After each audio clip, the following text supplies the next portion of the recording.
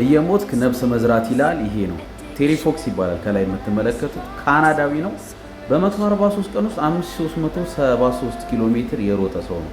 ይህን ያደረገበት ምክንያት በነገራችን ላይ የካንሰር ታማሚ ነው። ከካንሰር ጋር ግብ እየፈጠረ የሚገኝ ወጣት ነበር። 22 ዓመት ወጣት ነው። 1981 ላይ ነው ይህንን ያደረገው። የሚገርማችሁ ያደረገበት ዋና ሪዝኑ በካንሰር ታማሚ ስለነበረ እንደሚሞት ስለሚያውቀው 24 ሚሊዮን ነዋሪ በካናዳ ውስጥ ይኖር ነበር በወቅቱና 24 ሚሊዮን ዶላር መሰብሰብ ነበረ ዓላማው የነበረውና በወቅቱ 5373 ኪሎ ሜትሮችን ሮጦ 24 ሚሊዮን 700 ሺህ ዶላር ሰብስቧል 1981 ላይና ቴሪ ፎክስ የሚገርማችሁ የሞተ ነፍስ ማዳንን ነው እየሰራ የነበረው ከካንሰር ጋር ግብ ፈጥሮ። በወቅቱ ታዲያ ከሞተ በአመቱ በቴሪ ፎክስ የካንሰር መረዳጃ ቦታ ብለው የመመርመሪያና እንዲሁም የመታከሚያ ቦታ ብለው ከፍተው ከዛ በኋላ ቴሪ ፎክስ የዚህ የሆስፒታል ወይም የመረዳጃ ቦታ 740 ሚሊዮን ዶላር አሁን ላይ ተሰብስቦለታል። አሁን ላይ በርካቶች በቴሪ ፎክስ በጎ ተግባር እዚህ ጋር ሀውልትም ሰርተውለት የቴሪ ፎክስ እየሞተ ነፍስ ማዳን ማለት ከዚህ በላይ ፖዚቲቪቲ የለም።